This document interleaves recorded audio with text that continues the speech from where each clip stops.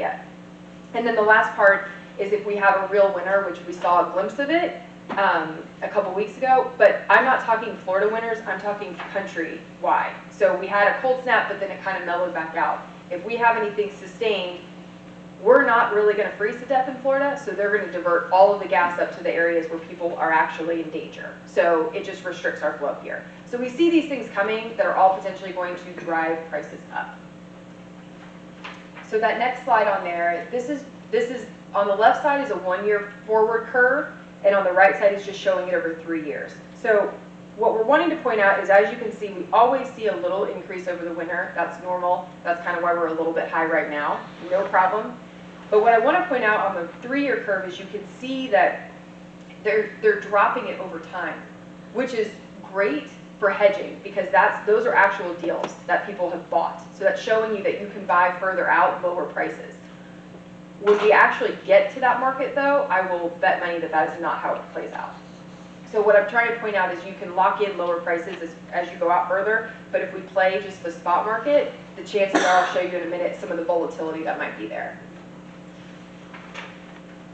So this shows a couple things. On the left-hand side, that blue squiggly line, that is actual prices. So again, you can see that volatility. You can see that at one point in October, which is not that long ago, we were down between $2 and $2.50 a decatherm. It was very low. You can see it started to increase as we went into the winter, and then you see that little drop again. So there is volatility there, and now we're kind of temporarily back up. We expect that to come back down. The point, though, the other part of this graph I want to point out is the orange line is what futures looked like a year ago. That green line was in October, and then the yellowish line is what it looked like about 2 weeks ago. So what I'm pointing out there is they're all ending in the same spot, but as you get more current pricing, the prices are higher, right? So that's pointing out that if we can lock in prices further out, you can get, they're all consistent, consistently low and nice, and they're where we want them to be. They're not seeing all that discrepancy between the two. So there, like I mentioned, there's several products that are available. We're trying to stay simple, and let's just ease into it. A futures contract is setting a price. So if you wanted to lock in $4, you lock in, that's the price you pay for however term you lock in. The call option, though, is setting a ceiling. And so what we're recommending is having the flexibility to look at either option here. So a call option would say, I'm going to set a ceiling, for instance, at $6. When gas prices got a little bit high, you can say $6. You would never pay more than that. But what you do is get the flexibility that if the gas prices come down, you get the benefit of that lower price. And there is a premium associated with that because we have to pay for that flexibility. So, but I want to show you what that looks like. So on the next slide, the left-hand side is a futures contract. So the blue line jumping around, that would say those are gas prices in the market. That yellow line would have been your futures locked in. So you pay that regardless of what the market's doing. On the right-hand side, this is a call option. So you can see the market still jumps around. That yellow line is your ceiling or your call option.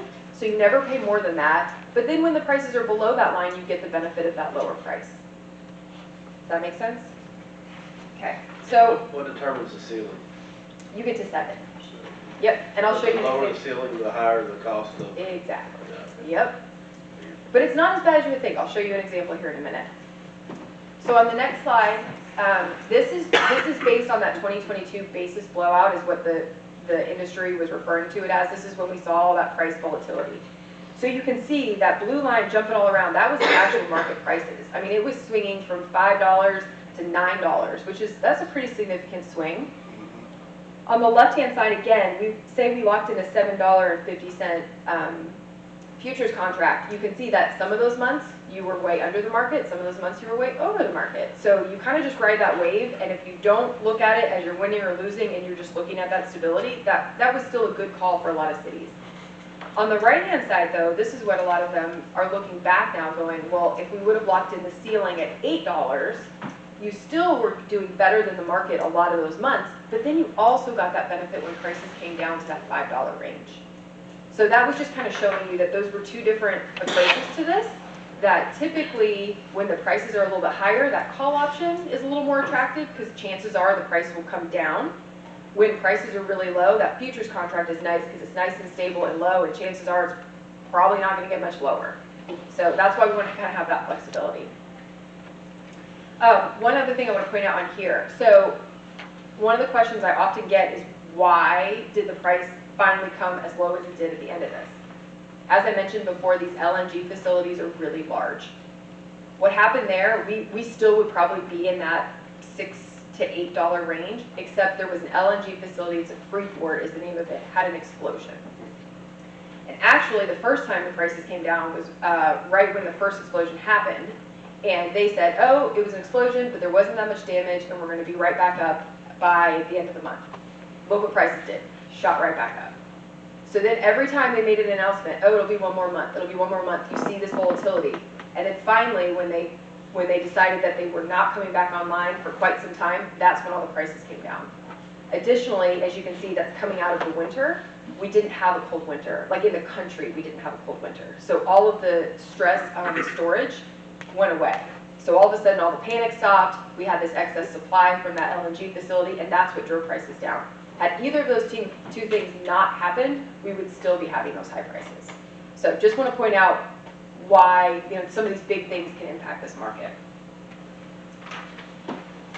So here's kind of your question on the next slide of what's this price?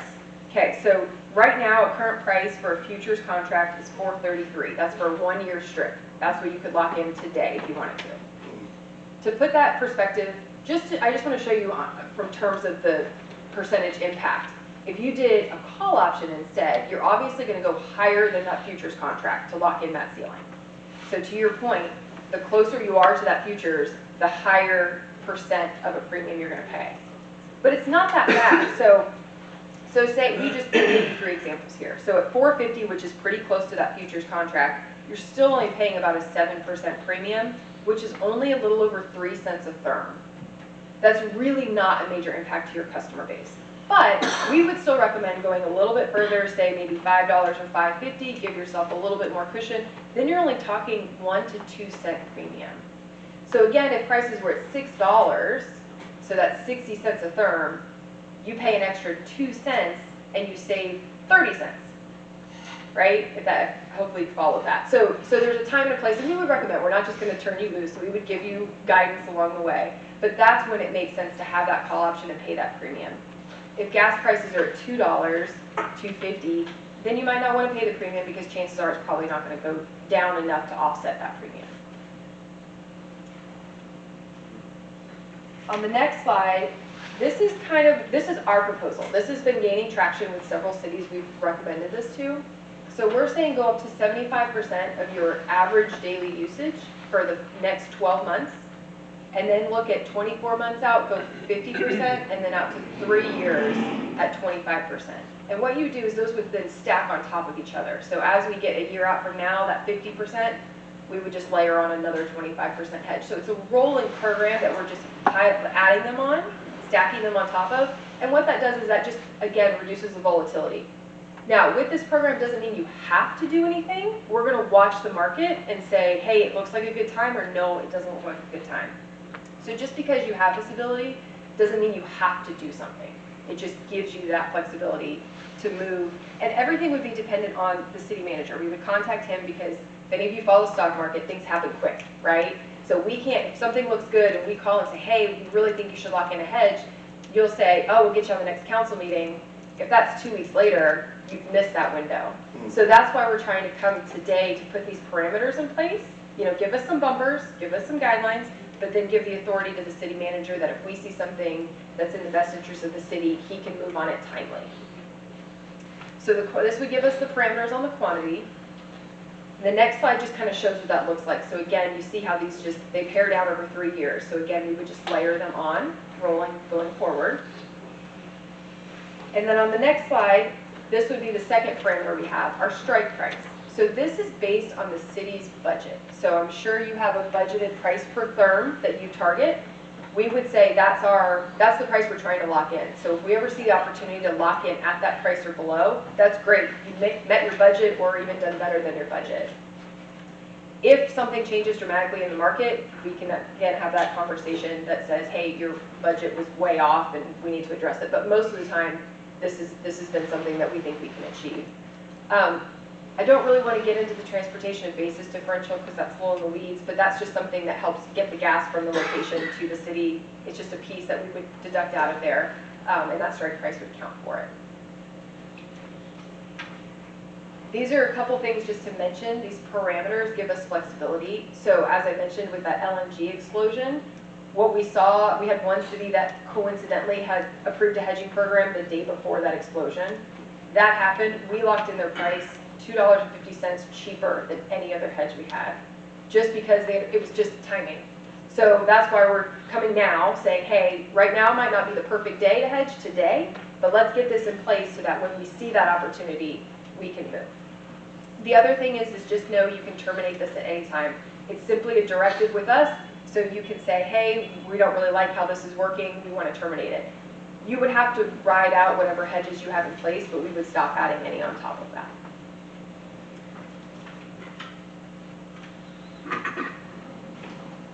So our recommendation, if you choose to take action on this tonight, or if you want to talk about it at a later date, but what we're recommending is what we're calling this rolling hedging directive. It's a directive under the gas management services, just like we did the previous agenda item.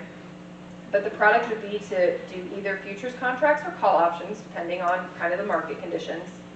That quantity would be up to 75% for year 1, 50% for year 2, 25% for year 3. And our strike price would match or be below the city's budgeted price per therm. So again, I know this is kind of complicated, but are there any questions? Yes. For savings, is that passed on to our citizens or is it passed on to the city? How does this community benefit? So what this does is it achieves a stable price. So this is just a tool in your toolbox. Do you guys do a rate stabilization fund? I'll talk about rate, I think. I don't want to put a label to it because, so our rate Introduce is yourself. I know you, but Joanne Luther. thank you. Good evening. I'm the finance director. Our gas rate is set up where the maintenance cost, which is the cost of the city maintaining the lines, maintaining the meters, that maintenance cost is set in the rate. The price that we get charged for the gas is calculated every month. And so the cost to the customers varies every month by the cost to the city for the gas. So truly, when there is volatility, that is affected by the customers more than by the city. It is a little bit affected by the city because, you know, ultimately all plays together. But truly, when you do something just like the prepaid directive that you just passed, when you do something that saves money on the gas cost, that goes to the customer. If you do hedging and overall you end up saving money. It's a choice and there is no guarantee to it, but it makes sense with the market volatility. So when you make that call, you essentially are enabling a more steady price for your customers. So in the past, Ms. Joanne, in the past, we've seen prices lower. Did that cost saving go to our constituents? Yes, it does. Any savings goes to the constituents because your rate is set to provide the basic need for running the department to the city. And you touched upon a very relevant topic. So typically the city, or what we hear, is that they get calls when somebody's bill jumps from one month to the rest, to the next. We don't typically get calls about the cost as long as it's consistent, right? So if their bill is only varying by $5 a month, Right. people don't typically call and complain. When it jumps $20, $25, that's when we get complaints. So this is just a tool, again, it's not trying to get the lowest cost, it's just trying to have a nice stable rate so people can budget and they can kind of plan accordingly. Okay. That's the goal of this. Okay. Any further questions of her? All right, so you've heard all the presented information. What will be the pleasure of the council at this time?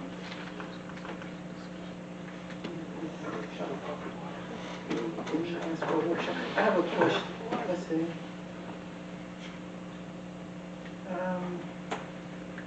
Before You we just- discuss this, let me give you an example. The local electric company, Swanee Valley Electric, they give you the option to pay the same bill every month, based on your last year of all the kilowatts used. Correct? So when you have that option, you pretty well know every month you're gonna pay $150 or whatever for your electricity the whole year, instead of the volatility going up and down. And that's a lot what she's been explaining to us tonight. I think for the city and all of the people in the city that use gas, I think it's better to understand about what you're gonna pay versus worrying about the increase or the decrease, especially the increase. What is our budget now? Yes, sir. What's I up? think we need to assist the council forming the motion due to the complexity of it. We will get an authorization to the manager. So what needs to be included in that? So, Mr. Kennedy? The motion would be to adopt the recommendation, and then I would read it just like it's on the screen. And that way it's in the record. And give the Exactly. city manager authorization to strike the price whenever? Correct. All right, and then we open it for discussion, or is it open for discussion now? We just need that motion. Motion and then.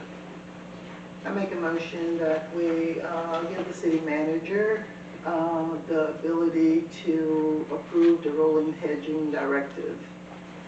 I'll second. All right. So we have a motion and a second, now discussion? This is probably a question for Ms. Joanne. What is our budget? How are we budgeted now for our gas?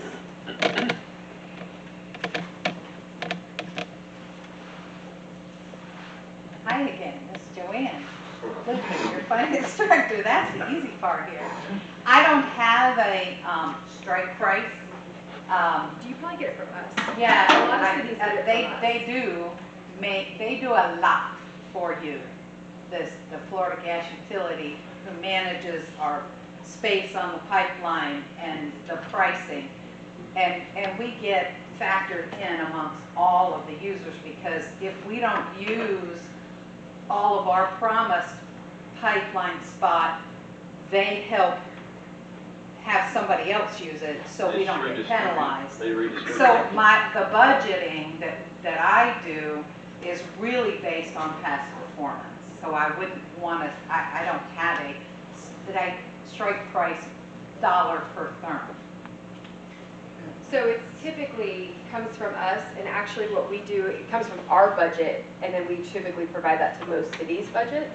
And that is based on that 9X curve that I showed earlier, where I had the 1 year and the 3 year. We pull that when we start our budget, is usually in May. So that would have been May 2024 through the May 2025 timeframe.